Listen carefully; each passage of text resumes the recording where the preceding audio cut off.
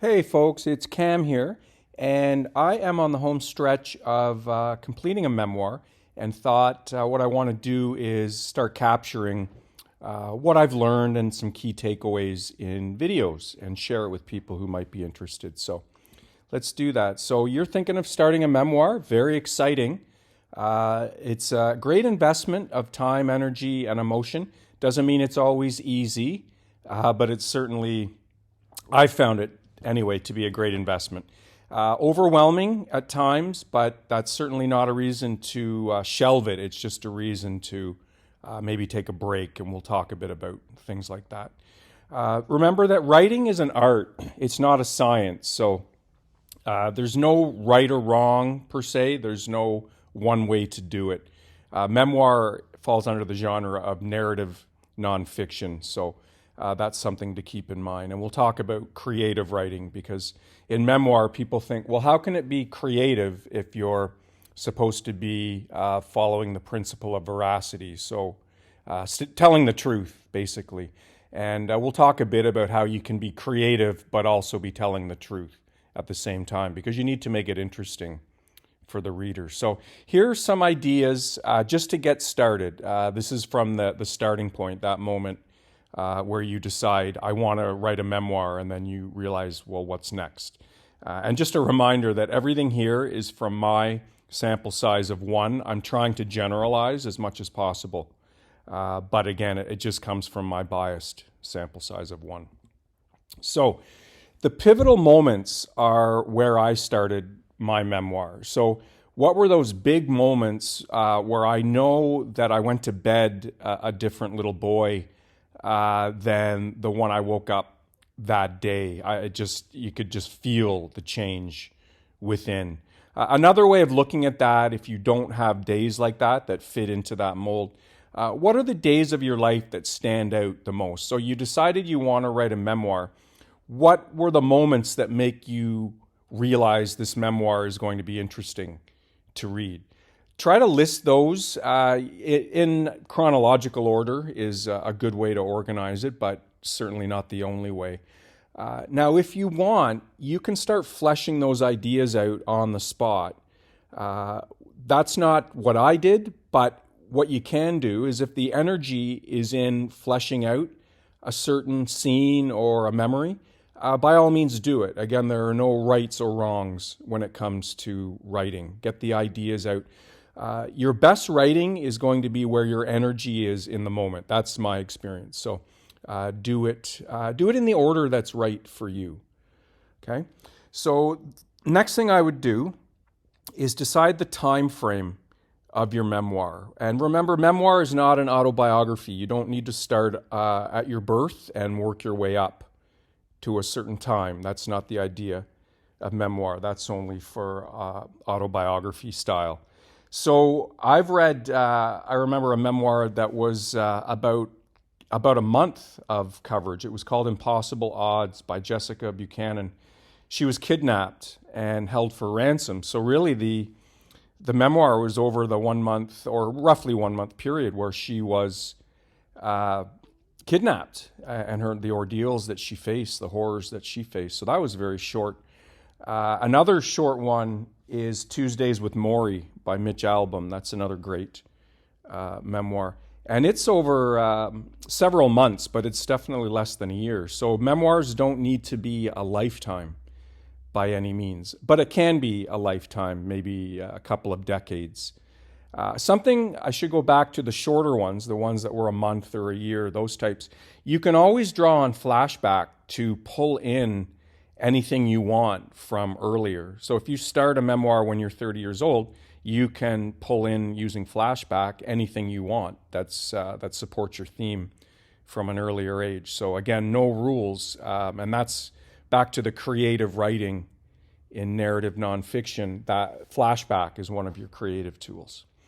Okay, enough talking. I'd like to show you now what I came up with as the structure for my book, the first version of the structure, and then things can move around a little bit in terms of flashback and things like that. Terminology-wise, story arc and character arc When it comes to memoir, they're not always the same, but if your memoir is about you, it's probably safe to say that the story arc and the character arc can be considered synonymous. I know that the ones with master's degrees and that probably I'd like to hear what the nuances are there. Anyway, for our intents and purposes today, structure and story arc and character arc almost mean the same thing. And again, there are exceptions. Like Tuesdays with Maury is actually more about Maury than it is the narrator. So that wouldn't fit the story arc, character arc here. Anyway, enough about that. Let me walk you through some of the key parts here. So at the top, you can see my age. So I started at birth to age 19. Which is the Bildungsroman, the apprentice novel approach of starting young and working your way up. But again, that's just one way of writing memoir. So the point there is to figure out what the time frame is and then set up your structures so that you have your ages across the top, or even the year, however you want to do it. A few other things to point out here. You can see that there are several crises all along the way that build up and up and up to increase the tension. And those were those pivotal moments, those key days where I was a different person at the end of the day than I was at the beginning of the day. A couple of other things. So hopefully you've got some positive pivotal moments to speak of.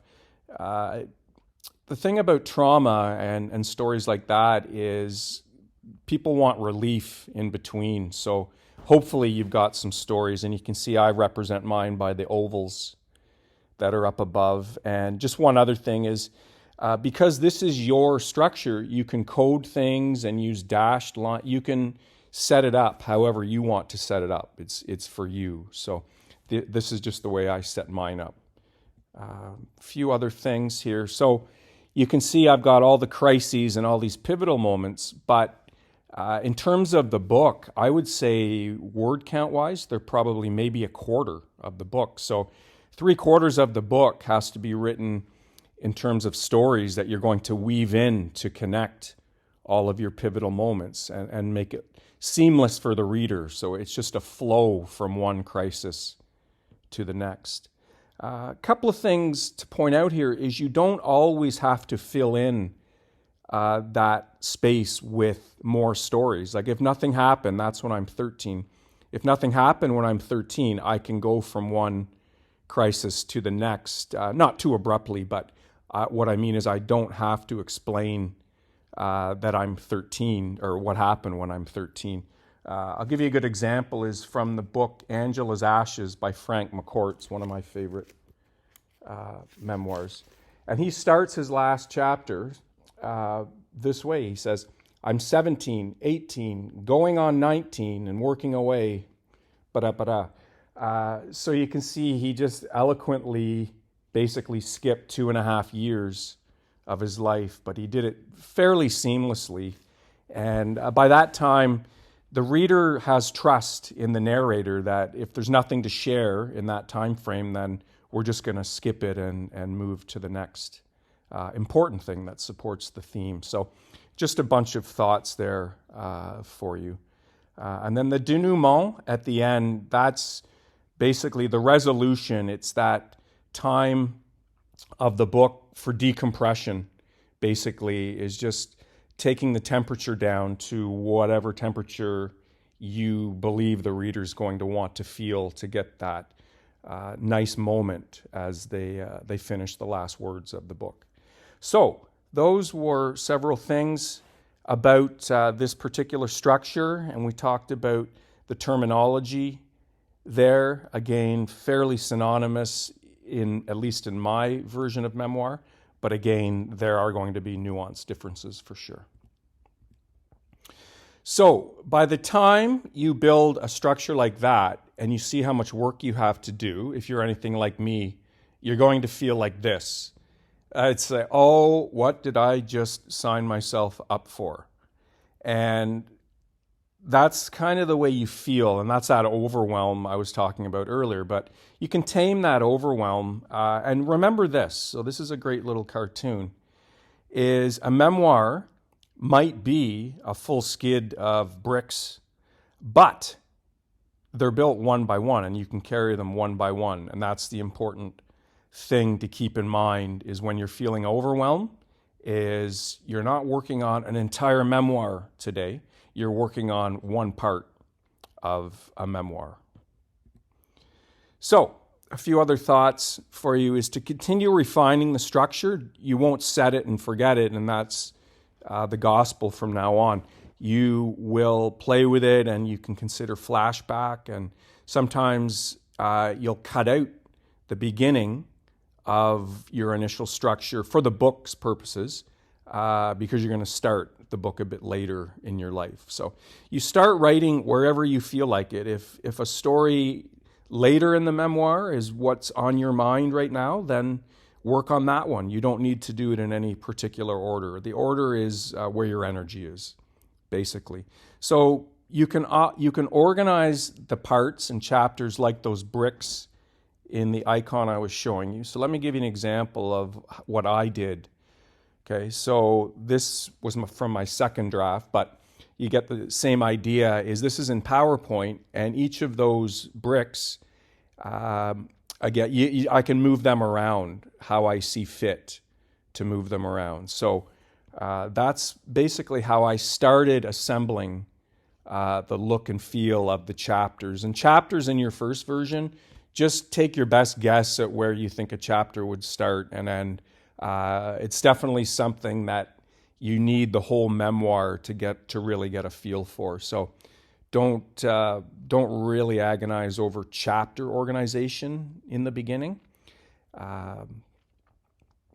It will come later. Okay. So here's an example of, you can see I had in chapter 2 the story of the Ferris wheel, and what I decided later was to put that over here in chapter 6 and then do it as a flashback.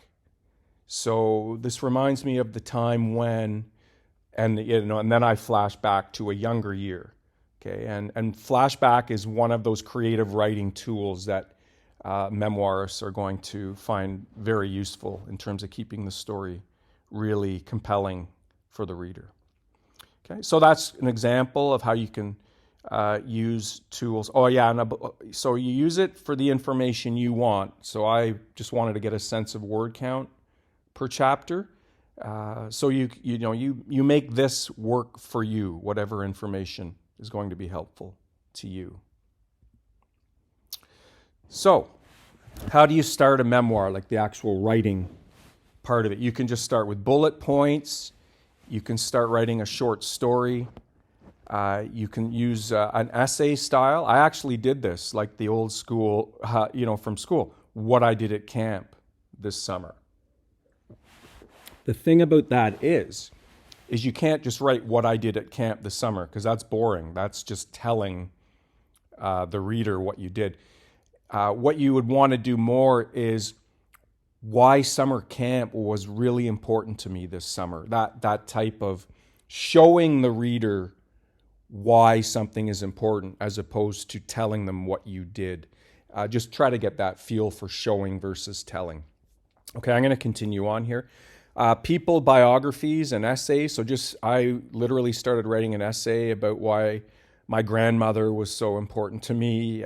There are lots of ways to just get the creative juices flowing. You can start writing a scene. Some people are really good writers already, so some people can just jump into writing scenes if they want, or writing portions of the book. Absolutely. Another idea is to use graphs to plot important parts of your life. So I'll give you an example here. So when I was young, I still have asthma, but when I was a kid, I'm old enough that I was around before there were no puffers. Okay, so I might be dating myself a bit there. But it was troubling days when you're having an asthma attack and there's no Ventolin puffer to settle things down. There's a lot of hospital trips.